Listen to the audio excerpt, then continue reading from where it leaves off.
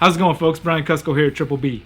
Today we've got Mr. Kevin Bluefort of Ninja Balls on to talk about the Kiki ball, where the inspiration for the name came from, and future plans for the project. Let's get right into it. You're watching Triple B TV.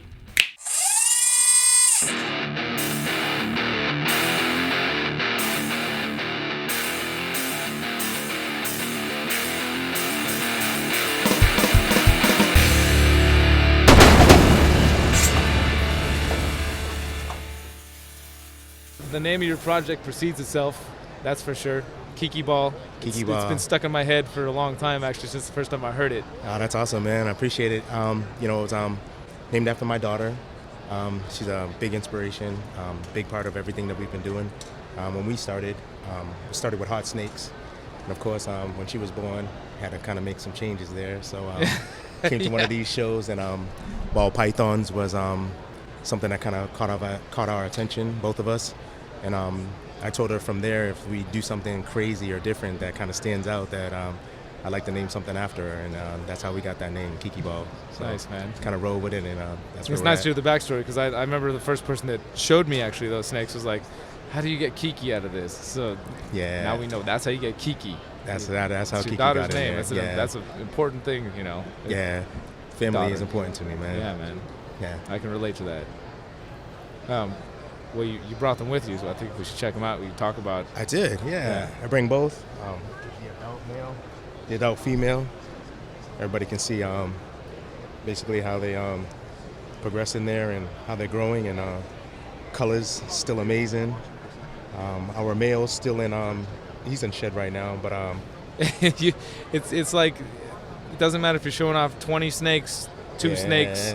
One of them's going to be in shed, man. Oh, absolutely, man. It's just how it works out. But these are the gems over here at Ninja Ball Reptiles.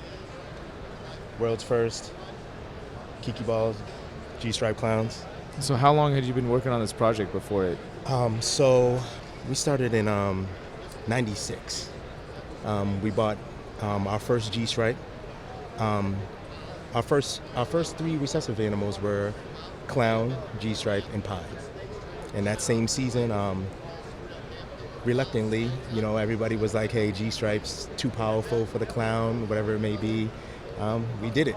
We liked the two animals. We put them together. So the whole process to making the actual visual Kiki, it was about 5 years. Yeah, so we got our first visual. Luckily enough, we got a male and a female. Worked out great. He's been put to a lot of stuff the last 3 seasons, I think it's been now. And we're just trying to go forward, trying to add some color, trying to make it a little bit better, and hope everybody likes it, man. So did you start with? So you made your own double heads? Started from just visual G-stripe to a visual clown, and ground level, man. Yep. Took our double heads, raised those double heads back up, put them back together, and just got lucky with the snake gods, man. Nice, dude. Yeah. What do you got?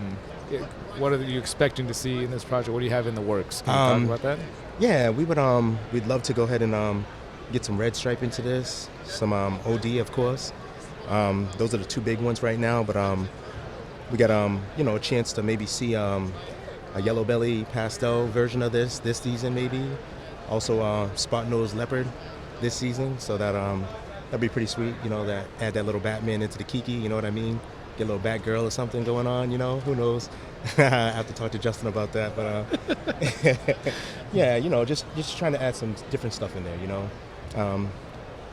Also a lot more recessive stuff, that's where we feel over at Ninja Ball that where it's going now, just the double recessive, the triple recessive stuff, that's where it is, those long-term projects, the time and the energy, you might as well go ahead and shoot for the fences with it, so. Well, let's jump back a step. How did you get into all this? So I got into it again when originally a love for just something different. So we had hot snakes. I had a pair of Western Diamondbacks. We had some Sidewinders. Everything. Those are the first snakes you kept, or? Those were the first animals that I actually was able to afford and buy for myself. Now, if we want to go back a little bit further, growing up, being born and raised in Boston. We had a dog, but a lot of the animals that we really had was just stuff that we found in our backyard. you know. So just going outside and going in the back, turning over some rocks, you know, salamanders, gardener snakes, just that love for just anything out there that we can just really catch, you know. Those were our pets back in the day. So we took it from there, and snakes just always kind of interest me, you know. Growing up, again, a lot of people never had snakes when growing up in Boston. So having something different that nobody else had was kind of our motivation to where we are right now, to try to create stuff in the ball python world that nobody else has, you know. So it's kind of how it all stemmed together. Cool, man. Yeah. That's crazy that your first like pets that you bought. I mean, I've never kept hots, but it fascinates me when I see people keeping them. Man, it was amazing, man. I had them in my bedroom, and it was. You just like wake up to the sound of rattlesnakes. It was just craziness, man. Yeah, we built my own like shift tank, man. I had like a 7-foot by 3.5-foot tank in my room, man. Yeah, it was crazy, man. But I loved it, man. Nobody had it, man. Yeah. That's wild, dude. Well, so I know you mentioned spot nose and red stripe. Red stripe orange dream. We do have a chance this season to go ahead and make spot nose leopard version of this. That should be interesting to see. That would be nice, man. Yeah. That would be nice. Yeah, that whole combination again, that whole Batman, you know, thing going on out there. We'd like to, you know, add those in there and see if it'll change up this pattern or make it look a little bit, you know, lighten it up, darken it. Who knows, man? It's something different. The you know? endless possibilities. Yeah. We just like, you know, we love this combo, man. I'm glad it worked out.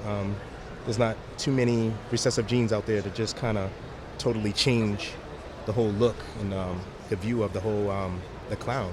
So, you know, I'm glad we found something that actually worked and seems to be pretty popular out there. A lot of people like the project, you know, shooting for it, and we're super proud for it, you know. So, trying to do the best we can do over here, man. Cool, man. Yeah. Well, thanks for sharing with us today, Kevin. I appreciate it, man. Hey, thanks for having me, man. I appreciate you. Absolutely. Thanks again, Kevin, for coming on. That was really great to talk with you, man. Everybody, there will be a link down in the description where you can find updates on the Kiki ball and other projects going on over there at Ninja Balls. Next week, we've got Brian Potter. If you don't know Brian Potter, if you've attended Tinley auctions, then you know exactly who Brian Potter is. He's the man who puts on NRBC along with Bob Ashley. I interviewed his mother to find out exactly how Brian got to be the way he is. Until then, you've been watching Triple B TV. Y'all take care.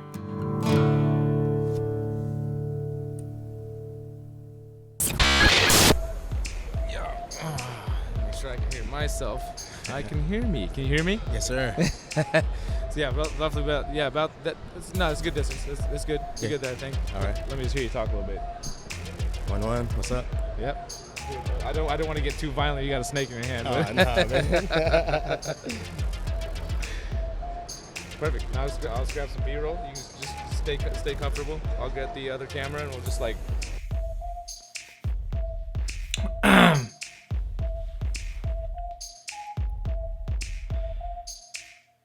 And learn about his projects and what he's got goddamn plans for the project. Thanks again, Kevin, for coming on. I hope everybody's staying safe out there.